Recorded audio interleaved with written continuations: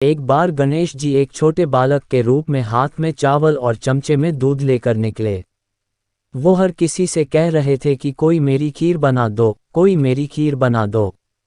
एक बुढ़िया बैठी हुई थी, उसने कहा ला मैं बना दूं। वह छोटा सा बर्तन चढ़ाने लगी, तब गणेश जी ने कहा कि दादी माँ छोटी सी भगोनी मत चढ़ाओ, तुम्हारे घर में जो सबसे बड़ा बर्तन हो वही चढ़ा दो।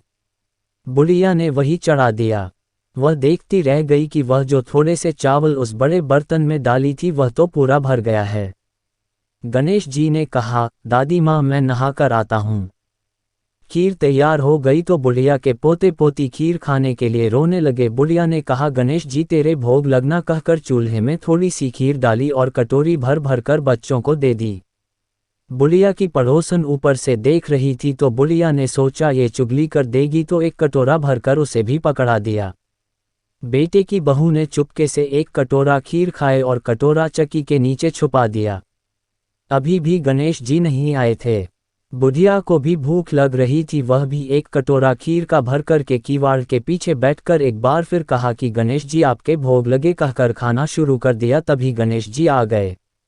बुढ़िया ने कहा आजा रे गणेशिया खीर खा ले, मैं तो तेरी ही राह देख रही थी। गणेश जी ने कहा दादी माँ मैंने तो खीर पहले ही खा ली। बुढ़िया ने कहा कब खाए? गणेश जी ने कहा जब तेरे पोते पोती ने खाई तब खाई थी, जब तेरी पड़ोसन ने खाई तब खाई थी, और जब तेरी बहू ने खाई तब भी खाई थी, और अब तूने खाई तो मेरा पेट पूरा ही भर गया। बुढ़िया ने कहा बेटा और सारी बात तो सच है, पर बहू बेचारी का तो नाम मत लो, वह तो सुबह से काम में लग रही है, उसने खीर कब खाए?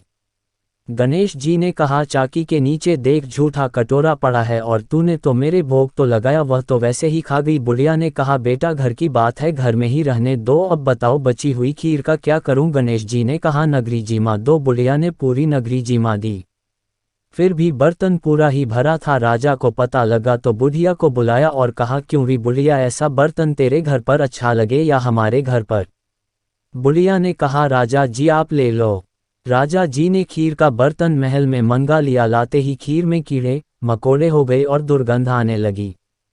ये देखकर राजा ने बुढ़िया से कहा बुढ़िया बर्तन वापस ले जा, जा तुझे हमने दिया। बुढ़िया ने कहा राजा जी आप देते तो पहले ही कभी दे देते, ये बर्तन तो मुझे मेरे गणेश जी ने दिया है। बुढ़िया ने बर्तन वापस लिया। लेते ही खीर सुगंधित हो गई। घर आकर बुढ़िया ने गणेश जी से कहा बची हुई खीर का क्या करें? गणेश जी ने कहा झोपड़ी के कोने में गड्ढा खोदकर गाड़ दो, उसी जगह सुबह उठकर वापस खोदेगी तो धन के 2 चरे मिलेंगे। ऐसा कहकर गणेश जी अंतर्ध्यान हो गए। जाते समय झोपड़ी के लात मारते हुए गए तो झोपड़ी के स्थान पर महल हो गया। सुबह बहू ने फावड़ा लेकर पूरे घर को खोद दिया तो कुछ भी नहीं मिला। बहू ने कहा सासू जी थारो गणेश जी तो झूठो है। सास ने कहा बहू मारो गणेश झूठो तो नहीं है, ला मैं देखूं। वह सुई लेकर खोजने लगी तो टन टन करते 2 धन के चरे निकल आए। बहू ने कहा सासू जी गणेश जी तो साचो ही हैं।